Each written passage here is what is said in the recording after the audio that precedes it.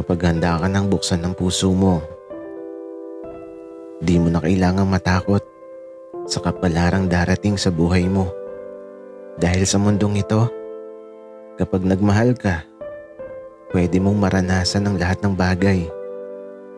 At ang mga karanasang ito ang magpapatibay sa iyo at magbibigay kabuluhan sa pagmamahal mo sa taong pinili ng puso mo.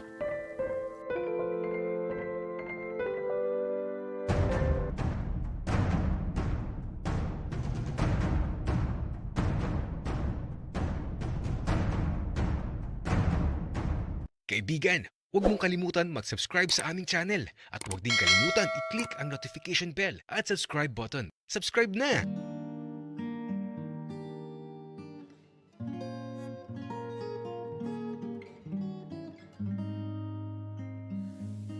May mga pagkakataon talaga sa buhay natin na bigla na lang parang magbabago ang pananaw mo. Basta, mahirap ipaliwanag. At ang tanging nararamdaman ko, masaya ako sa bawat oras na lumilipas sa buhay ko.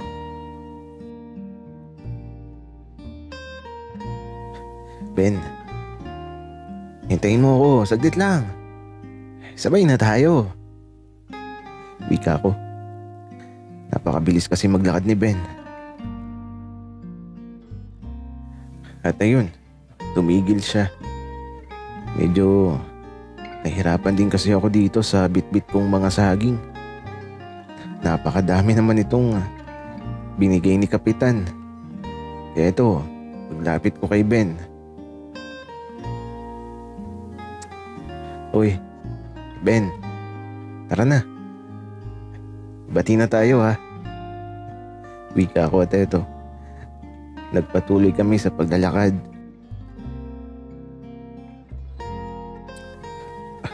Ben. Bakit ba nag-iinarte ka? Ha? May problema ka ba sa akin? Sabihin mo ha kapag may nagawa akong mali. Para naman maitama ko.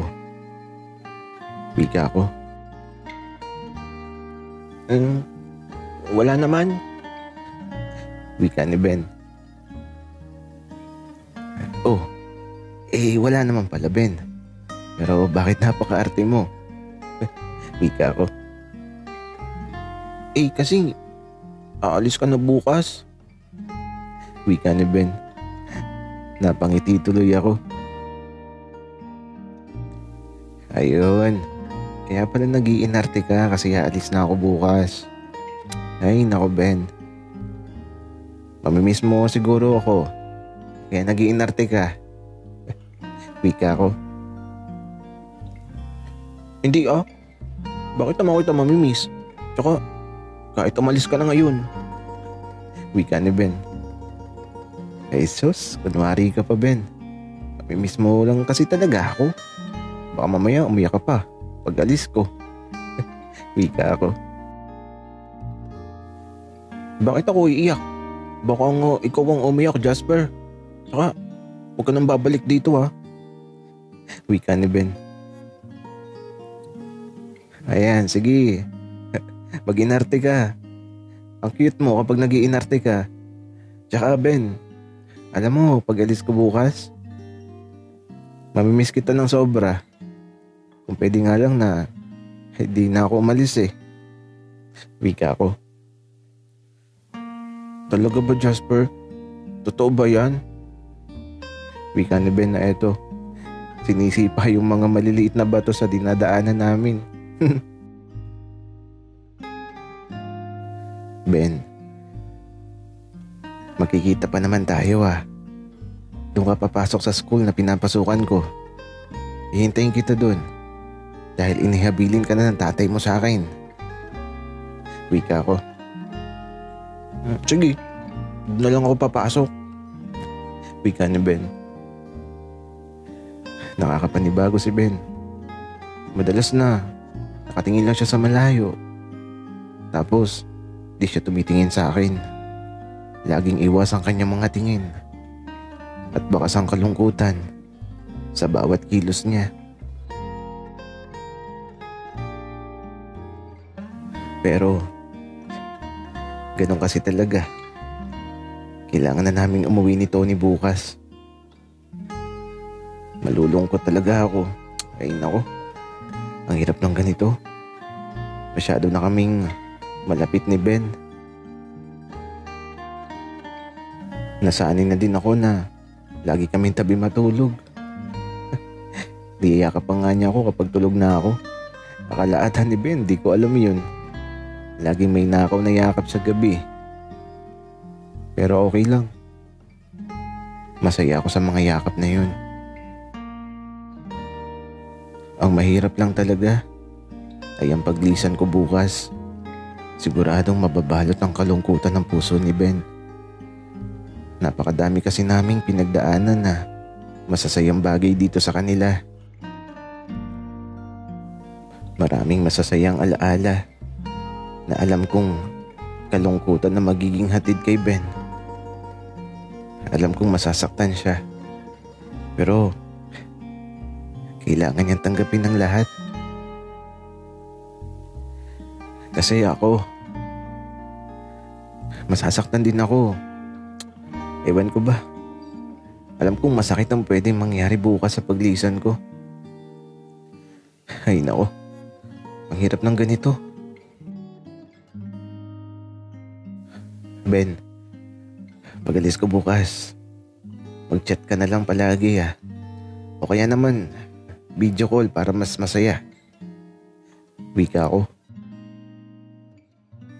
Jasper, wala naman signal sa amin Pero sige, gagawa ko ng paraan. Wika ni Ben. Huwag kang mag-alala, Ben. Makikita pa naman tayo. Tara na nga sa inyo. Parang uulan na naman. Ang lamig ng hangin Wika ako. Kaya eto, nagmadali na kaming umuwi ni Ben. Pagkarating sa bahay, wala pang ibang tao. Kami pa lang. Tapos dumiretso na sa kwarto si Ben. Ako naman ibinaba ko lang yung mga saging na dala ko tapos pumasok na din ako sa kwarto ni Ben. At ayun siya, nakahiga sa papag niya. Kaya naman, nahiga na din ako sa tabi niya. At pagkahiga ako, niyakap ako ni Ben. Di na nakapagpigil ang batang to. Kaya naman, niyakap ko na din siya. At alam kong ito lang ang paraan upang kahit paano mabawasan ng kalungkutan na nararamdaman niya. Sa bawat sandaling lumilipas, magkayakap lang kami. At bumuhos na ang malakas na ulan. At si Ben mas lalong humigpit ang pagkakayakap sa akin. Hinayaan ko lang si Ben. At kasabay ng pagbuhos ng malakas na ulan, ipinikit ko ang mga mata ko at sinimulang dakbayin ng isipan ko ang mga bagay na pwedeng mangyari sa hinaharap ko. Makakasama ko siya, tapos ako yung mag-aalaga sa kanya. At higit sa lahat, ang mga yakap na to ang madarama ko sa muling pagsapit ng araw na yun. Mamimiss ko din talaga si Ben. Ewan ko ba, mamimiss ko siya.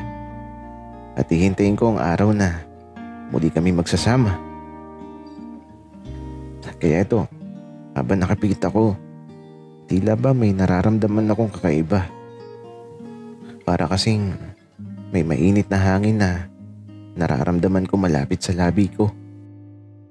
At ilang saglit pa, may dumampi sa labi ko.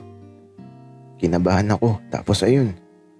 Pagkatapos ng dampi na yun, di ko alam kung bubuksan ko ba ang mga mata ko. Si Ben, hinalikan ako sa labi. Ay nako. Tapos akalata niya tulog ako. Kaya di na lang ako gumalaw.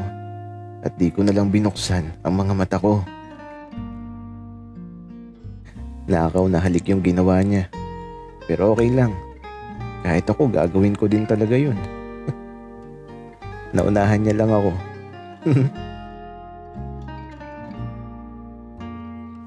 At eto, tahimik lang kaming dalawa. At habang nakapikit ako, sa paglipas ng mga oras, nakatulog na ata ako. Kasi pagmulat ko ng mga mata ko, wala na si Ben sa tabi ko. Malakas pa din ang ulan sa labas. At eto, bumangon na ako. Lumabas na din ako sa kwarto ni Ben at ayun siya. Mukhang may niluluto. Ben, ano yan? Tanong ko sa kanya habang papalapit ako. Turon, ipapatikim ko sa'yo ang turon ko. Bago ka umalis. Kasi ito yung pinakamasarap na turon sa lahat. Wika ni Ben. Talaga ba? Sige nga, patikim ako ng turon mo. Kung masarap ba talaga? Wika ako. Tapos ito nagulat ako. Kasi naman, pagkahango ni Ben sa turon, grabe, ang taba ng turon. Grabe yung turon ni Ben. Mga 1 dangkal lang haba. Tapos bakit ganun kataba? Kailangang todo buka ng bibig siguro yun kapag kakainin na. Mga bebe loves, pasensya na kayo sa boses ko. Masakit talaga yung lalamunan ko.